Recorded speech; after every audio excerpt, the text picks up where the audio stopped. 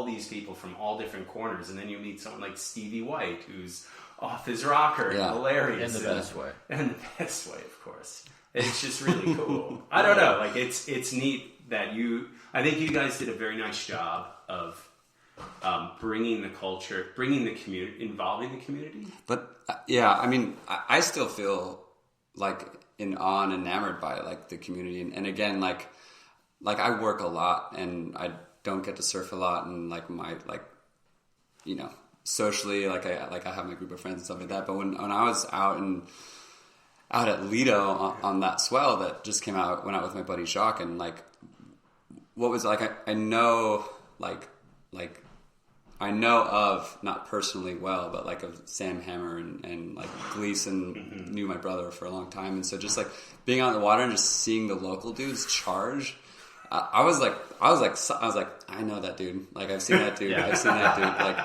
sick. And I was just stoked. I was like, I love this. And I got some waves and I had like the best time. But you know what I mean? It was like, you know, like Will and all those, like, they're just like I wish I had more time to like meet and like become more immersed in some of the like the local culture, and like we are and we will, but we're just like stuck in the office working. But it's sick. Like I love it out here, and like, people like crush it and rush. Like I was like, just honestly, like that day I got a bunch of waves and I wish I got more, but I was like enamored and watching these guys just push it. Well, I think one of the coolest things I saw was like during Hurricane Sandy, when the whole community came out. Yeah, that was cool. You guys were really predominant and front and center and involved in it. It was awesome. And just seeing everyone kind of get together, you had that for once, like everyone in one room when John Rose got everyone together. And yeah, for sure. I don't know. The community here is definitely something to be proud of. And it's 100%. It's I mean, really it's cool. like that effort was really rad to watch, and everyone was so stoked to come together and see like what we can do to help and how much we can, like, and it was amazing. Like, I mean, it was a tragedy, but at the same time, like, everyone like pulled together and was really pushing to do good. It was our finest moment, I think, as a community, for sure. You know, I'm just going back to some of these names and the role of surf in Saturdays as a brand. You know, you talk about it being sort of in your DNA, and the traditional look to, you know, surf has had so many different looks along the decades, and you guys came in with a very sort of like cleaned up, handsome, beautiful clothes. And it, for me, it's like I grew up like sort of wearing like weird neon mall wear, and then like there's sort of a hippie phase and a preppy phase and all that. And then, you know, as you sort of become an adult, and you're like, all right, well, I sort of mixed mag of whatever it is, and then you see these nice shirts, and okay, cool. Yeah. But alongside like a T. Patterson like a board, or maybe there's a Joel Tudor, or the boards that you guys display. But like, how does it really fit in storytelling? Both the, you know, the optics of surf are so important for good or bad. But like when you talk about like you have a Sam Hammer and a Will Scooten and like these like core East Coast guys, and you guys reflect this sort of tidied up look. What's the sort of storytelling that's connected to surf? In that, is it like, this is just a new look that we have?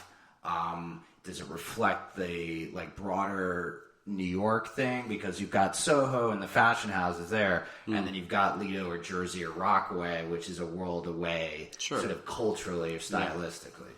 How do you blend the Rockaway Soho chic look? I mean, when it comes to like the clothing and accessories and what we've been making, we really wanted to just make clothing and apparel that like we liked, and just wanted to make really good quality clothes. And it's not really, I mean, for me, it's not really reflective of like this one group of, this one area or this one group of people, or like, you know, you have to be involved in this industry to wear our clothes. Like I said, when we opened our doors, we wanted to open them to everyone, and the same goes for our clothing. Like, it's just kind of like our sense of like style and fashion, and you know, again, like I don't.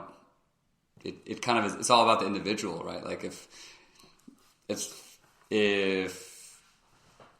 you know, if like I guess like anyone who wants to come in and wear our clothes, I think like totally can, like men, women, surfers, not surfers. Like it really isn't, you know, focused towards like you have to be involved in the surf industry, or you have to be involved in the fashion industry, beach or whatever. Yeah, it's just like it's good clothing, because I mean, like, you know, like before this we were talking about architecture and we were talking about design and we were talking about all these different things, and like that's kind of what you realize is like life has so many different, like there's so many facets that interest people, and it's not just surfing, right? Like that's what was cool, is like when we started, it was like, it wasn't like, oh, only surfers came in here. Like you started to see all these different types of people who were involved in all these different things, from musicians to artists to just, you know, accountants. Like surfing, they like New York City, they like art, you know what I mean? We do a lot with different artists and have different art shows, and you know, like it's kind of like,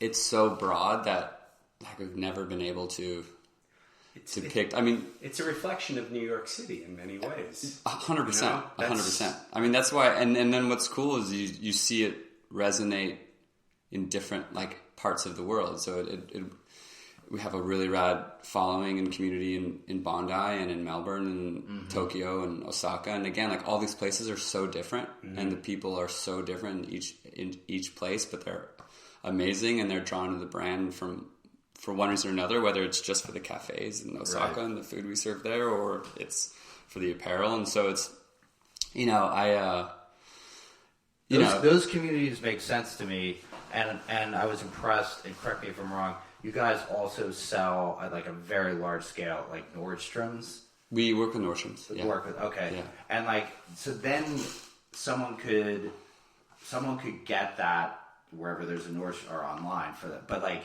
it's one thing to like go to Crosby Street and get the shirt, or find you online and buy it. And then it's another thing to have that giant platform. Yeah. And so there's like, you're able to connect with a lot more people. Is there any risk in that latitude where it's one thing to be at Bondi and it's one thing to be in Tokyo, because that's sort of core and cool, but is there any risk at being so accessible?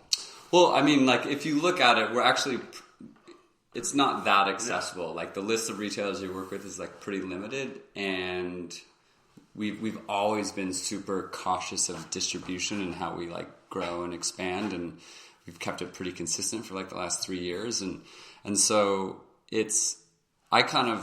I view like that type of distribution as like we're able to kind of tap into areas and parts of the country, like Nordstrom's being North American based, Canada and the US, where they could be paying attention to what's going on in New York or Los Angeles or like different parts of Tokyo or what have you, but they live in different parts of the country where they don't have access to like the store. Again, democratization. Yeah. But I mean, that's all that happening organically. Like what's crazy now is like you can go on Surfline and see like what the swell is doing on the East Coast, and you can, you know, go to a website to a furniture brand from Denmark. Or, you know what I mean? It's like everything is literally right there. Yeah. Like that's the trippy thing. How much of your business is online compared to in-store and distribution? Like right now I'd call it like a third, a little less than that. You know? Interesting. So it's still more through brick and mortar that you do most of your sales. We do more. Yeah. We have more. We have 9 stores right now, and so it's a little bit bigger of a footprint. But e-commerce is growing, and there's a lot of opportunity there. And like your website's also the platform on how you like communicate and market. And we have the magazine on the website, and it's just that's also like almost like stepping into one of our retail environments. If you can't come, it's like you can go to the website and you can kind of like cruise through the different sort of stories or collections or different product categories and stuff like that. But I find it interesting, like you guys are thriving in an environment where I hear a lot of people complaining about how brick and mortar is dying. Oh, it's tough. Look, yeah. I mean, like I'll be the first to say, like, things aren't easy right now, and it's still like, you know. Would you agree we're heading to a recession? By the way, I was curious as a sales director to an owner. Like, I'm curious. Like, I feel like things are. Do you feel like it's slowing down? My opinion is like there's just so much out there now. Like, there's so many brands. There's so much more opportunity to start brands, and which is, I think, awesome and amazing from like a creative standpoint. But from, you know, like from a business standpoint, there's like people having a lot of trouble, and like it depends on how you want to look at it. Like Barney's is done.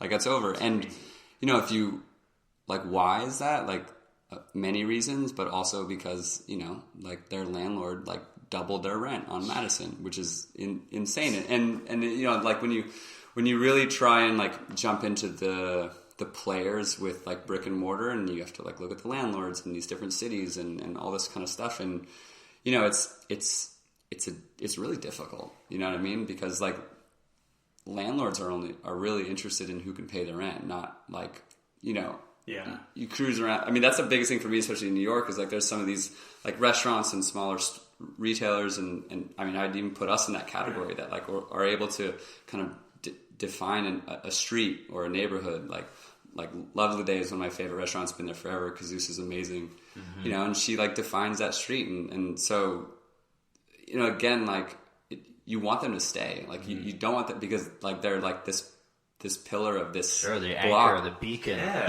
But like, and it's not like they're not doing good business. But people get. I mean, that's part of this whole game that gets really difficult. Is like landlords get really difficult, and it's not just landlords. It's all these different things. Like, again, like you talk about recession. Like you know, I wish people were spending more money. Like, you know, with the, like it kind of like it. And then there's e-commerce, and then there's the big. You know, I could get into my like whole like idea. Like, then there's like the VC funded. No, I mean, like I'm not trying to hate. Like, it's a really interesting place to be, because there's so many different businesses who are focused on top line revenue and not like profitability and health. So they're just like grow, debt doesn't. You know what I mean? And so. Is there pressure? Are you hearing that? Like, you need to be scaling up. We need to see you more places. No, or you hear it and then you maybe ignore it? I think people are surprised at how modest our business is, really, and how we really try and like keep blinders on and just do what feels right by the brand, like we've been doing since day one. And so I think what I do absorb is like hearing so many of these like stories of coming to market with millions and millions of dollars of like to start a company, and like raising capital. And I'm like, that's one way to do it. It's fascinating. Right. And like, if you have that ability, like, it's awesome. Right. And but they all want to be you anyway. No, I don't know about that one. I don't know. What do you do to distinguish your shopping experience in stores compared to other places? Like, what do you think it is that makes your experience different? Like, I travel a lot. I go to a lot of retail stores, you know, and I see everything's becoming about an experience to shop. Like, it's not just going to buy goods. It's what millennials like. It is. I mean, well, it's not just millennials. I mean, it's parents. It's, you know, you look at stores like Story, which got bought by Macy's, which was a theme store, or Camp, which is like... I just went to Camp with my How dad great the is other that day. store? It's trippy. It's mind-blowing. Crazy. I was like, what? I thought I was going on a ride, and I was like, oh, it's just a store that sells toys. Okay, like... But there's the secret door, but there's and you go in the back, yeah, and it's like... classes. It was crazy. It's nuts. Yeah. It was trippy. Bad thing? What? Yeah. Bad retail thing? Yeah. I sell to them, so I know but it's like everything is becoming experiential, and I think you guys were at a forefront in some ways, you know, by creating a certain experience or vibe. Yeah. I'm curious, like, are you conscious of that, and are you thinking about how you evolve your experience in store? Totally. I think that first off, like we have an amazing team that works at Saturdays, both in store and in the office, and in Japan and Australia, just like in general. And we also have this really rad like community of people who